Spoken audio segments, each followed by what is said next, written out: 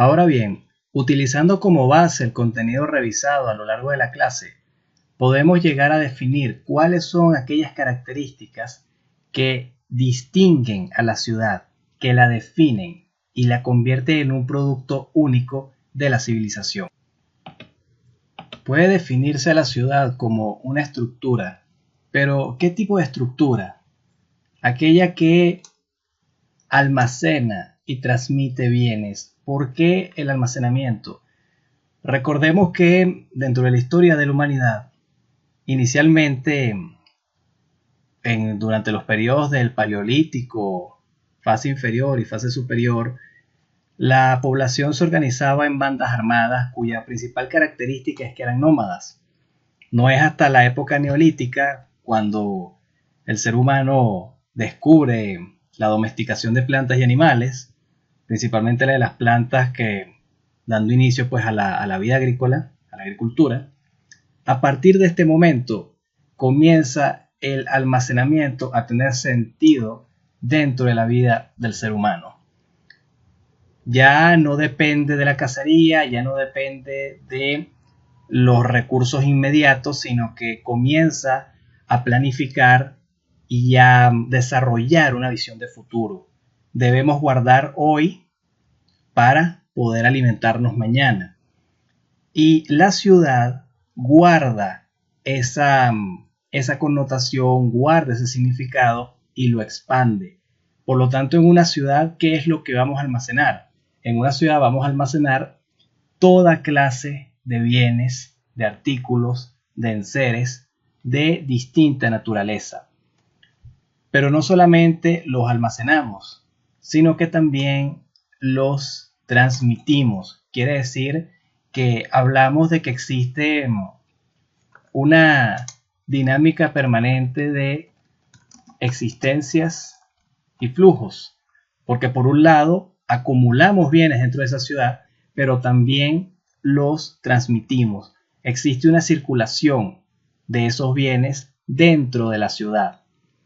Ahora, ¿qué tipo de bienes? Como expliqué anteriormente, es de distinta naturaleza. No solamente hablamos de bienes tangibles, sino también de bienes intangibles, destacando los principales como los datos, la información y el conocimiento. Generalmente cuando hablamos de bienes, pues tiende a restringirse solamente a vehículos, alimentos, a ropa o a computadoras.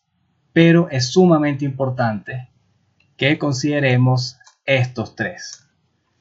Todo el tiempo dentro de la ciudad encontramos señales, encontramos avisos, encontramos personas comunicándose. Por lo tanto, vemos datos, vemos información y además con esos datos y con esa información los asimilamos, los comprendemos y logramos hacer cosas nuevas y resolver problemas de tal manera que aprendemos. Y en el momento que estamos aprendiendo, llegamos al nivel del conocimiento. Entonces, la ciudad va a servir como una estructura en la que se va a almacenar, a transmitir, a circular todos estos bienes, tanto de carácter tangible como de carácter intangible.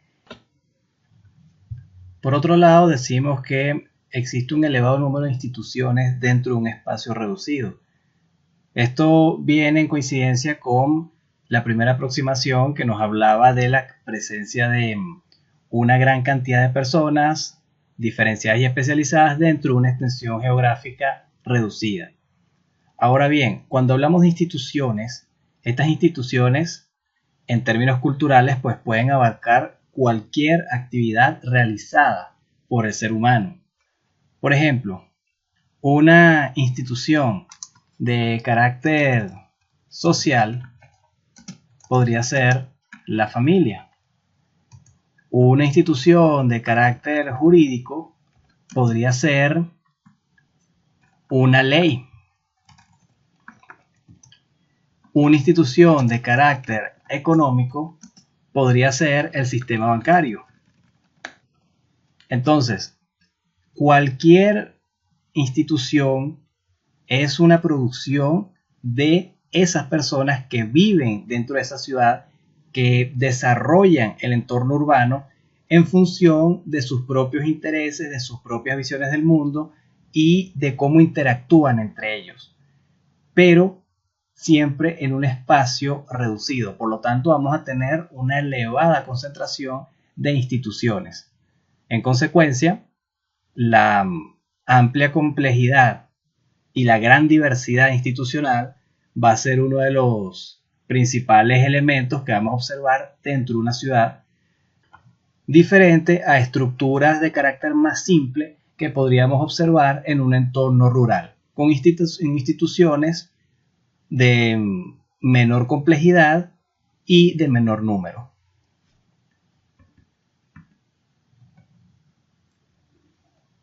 Por otro lado, hablamos que la ciudad debe poseer una plataforma que le permita satisfacer de forma masiva los requerimientos de la sociedad. Esta satisfacción masiva va de la mano a la gran cantidad de individuos que tenemos dentro de ese asentamiento. Por lo tanto, se necesita de una plataforma sumamente elaborada y estudiada para tal fin. Aquí vuelve otra vez el criterio de planificación y el concepto de prever, necesario para poder brindar la satisfacción de esos requerimientos, de esas necesidades a todas las personas que viven dentro del entorno urbano. Ahora, cuando hablamos de esta satisfacción masiva, por supuesto que las necesidades del ser humano van cambiando, van incrementándose. La economía nos dice que por norma general las necesidades pues son ilimitadas. Nunca vamos a satisfacer por completo las necesidades del ser humano. Entonces, si no se puede satisfacer por completo todos los requerimientos, eso conlleva a otra característica, y es una también de las más importantes dentro de la ciudad, y es la capacidad de transformación. Precisamente, si es imposible satisfacer todos los requerimientos porque estos van cambiando continuamente, quiere decir que la ciudad en sí misma va transformándose, va creciendo, va modificando su estructura para poder atender todas esas necesidades que continuamente se van modificando. Entonces, esta capacidad de transformación nos lleva a entender que la ciudad no es una entidad estática, sino por el contrario, es una entidad dinámica. Quiere decir esto que la ciudad, como entidad dinámica, todo el tiempo, dentro de lo que establece su sociedad, va a buscar transformarse, va a buscar crecer y va a buscar además adaptarse a sus propias normas. Quiere decir que la propia ciudad satisface sus requerimientos, se va transformando en función de esa sociedad urbana y además busca los mecanismos para adaptarse a esa misma transformación que ella ha iniciado. Entonces encontramos que la ciudad es una entidad dinámica, en constante movimiento. Cerrando entonces con que ese dinamismo va a conllevar a una creciente complejidad cultural. Ya lo hemos dicho en varias ocasiones que la ciudad es uno de los productos más complejos y de mayor importancia que ha producido la cultura humana. Por eso hablamos de una creciente complejidad cultural que va a definir, a distinguir la ciudad de cualquier otra estructura social. Realizando un ejercicio de abstracción, podríamos decir que dentro de la ciudad existen una cantidad de elementos diferentes entre sí, los cuales se encuentran relacionados a través de un patrón específico, bajo un esquema de gran dinamismo y poseen un propósito. El propósito es satisfacer los requerimientos de la sociedad urbana. De tal manera que estos elementos que tenemos acá forman parte de la estructura que conocemos como un sistema. Por lo tanto, la ciudad es un sistema, pero ¿un sistema de qué tipo? La ciudad constituye un sistema biosocial complejo y este sistema se ve influenciado por aspectos de diferente índole, de tipo gubernamental, económico, empresarial, social, ambiental, los cuales, desde su parcela de acción, contribuyen a modificar, a crear, a impulsar una forma de pensar y de ser de esa sociedad urbana. Por lo tanto, cada uno de estos aspectos diferentes que se encuentran interrelacionados trabajando dentro de ese espacio geográfico reducido en que consiste la ciudad, van a contribuir a construir lo que conoceremos como la cultura urbana.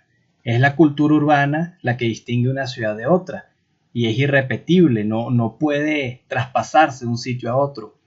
Es esta cultura urbana la que constituye el sello distintivo de cada ciudad. Porque es dentro de la cultura urbana donde encontraremos la producción única de esa ciudad. Cuáles son los recursos que utilizan, de qué manera lo emplean, su gastronomía, sus productos favoritos para intercambiar con otras regiones, su idiosincrasia, su visión del mundo, sus valores, sus enseñanzas y sus tradiciones, todo se encuentra dentro de esta cultura urbana. Y a través de ella podremos determinar cuál es el estilo de vida de esta ciudad o de los habitantes de esta ciudad, el espíritu ciudadano que motoriza la conducta de estas personas, y también podríamos ver la forma de sus instituciones.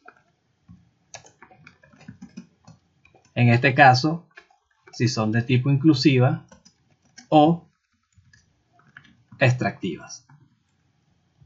De tal manera que a través de esta cultura urbana podremos entonces entender cuál es el comportamiento de cada ciudad y cuáles son sus aspiraciones, sus recursos, su idiosincrasia y su comportamiento tanto en el pasado, en el presente y proyectar cómo podría ser en el futuro.